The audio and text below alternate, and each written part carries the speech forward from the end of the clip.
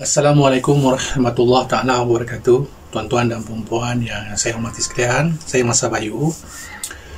Saya nak buat pengumuman sikit kerana saya dapat beberapa mesej pertanyaan tentang video, sambungan video mana Tuan Pal.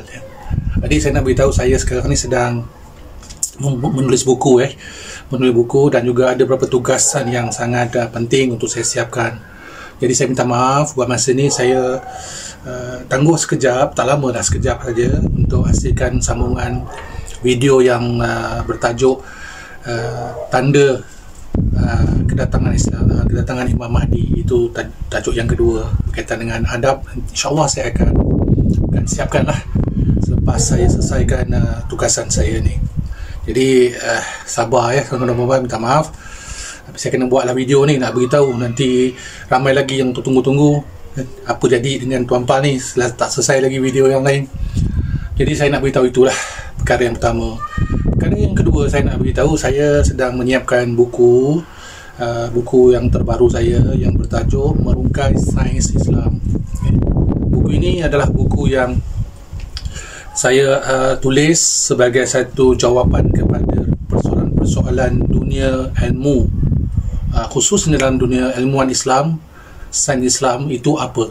Banyak sangat dalam sesi-sesi forum yang saya ikuti, yang saya diminta sebagai panel, persoalan sains Islam ini banyak sangat kekeliruan dia dan banyak sangat istilah-istilah yang digunakan tetapi tidak nampak pada aplikasi yang jelas.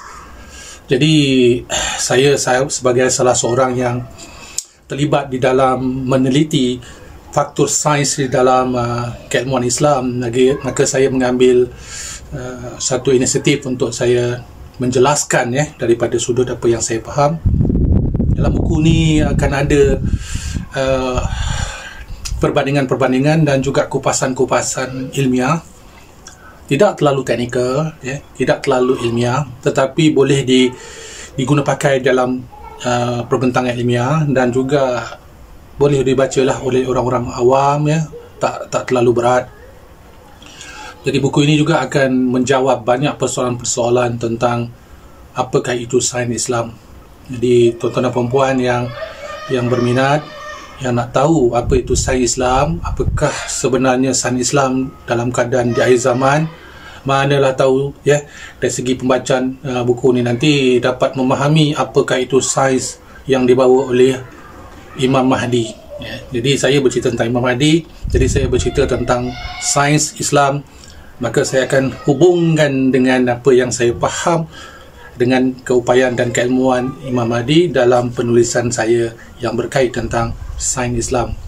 Jadi nanti bila dah siap, saya akan maklumkan dan tuan-tuan puan-puan bolehlah, kalau nak beli tak mahal, murah saja, sebab saya bercerita tentang faktor ilmu. Dan kalau nak pre-order pun boleh, nanti saya akan bagikan linknya tu tadi. Dan nanti dah dapat siap dengan SBN dan sebagainya, saya akan minta pegawai saya di Malaysia untuk melakukan penghantaran dan pengedaran sepenuhnya. Jadi buku ini akan menjawab banyak persoalan-persoalan tentang teknologi, tentang hubungan dari segi sains, dari segi ilmuwan-ilmuwan silam dan ilmuwan akan datang, lebih-lebih lagi menghubungkan kita dengan kedatangan Imam Mahdi. InsyaAllah tuan-tuan dan puan-puan. Jadi bukan nak promosi tapi ini berpesan-pesan. Banyak perkara yang kita kena kongsikan. Kalau benda itu membawa kepada kebaikan, jadi kita kena kongsi. Jadi kita tak nak kongsi benda-benda yang mendatangkan kerosakan.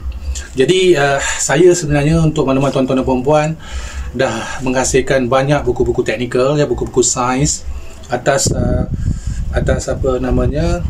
foundation ataupun atas disiplin alam teologi.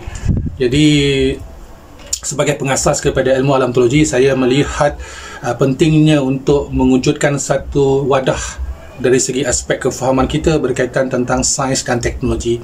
Kenapa saya menekankan tentang sains dan teknologi?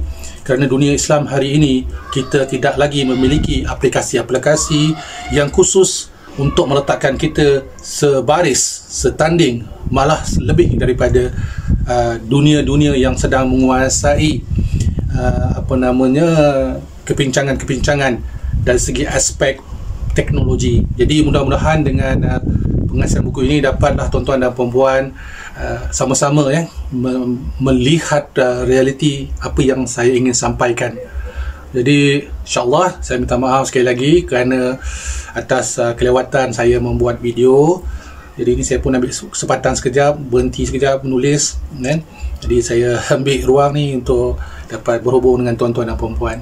Sekali lagi saya Masa Bayu, saya minta maaf atas segala kekurangan dan segala kesilapan dan juga perkara yang mungkin akan menimbulkan rasa tidak senang pada tuan-tuan dan puan-puan.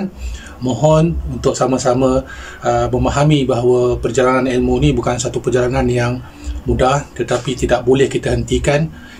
Walaupun langkah itu 1 juta langkah, langkah yang pertama itu kena wujud terlebih dahulu. Mudah-mudahan dengan langkah ini, yang pertama ini, akan ada yang menyambung sampai langkah yang ke 1 juta untuk menzahirkan realiti sesungguhnya Islam akan kembali dengan membawa rahmat bagi sekalian alam. Assalamualaikum, sampai kita bertemu lagi. Salam sejahtera.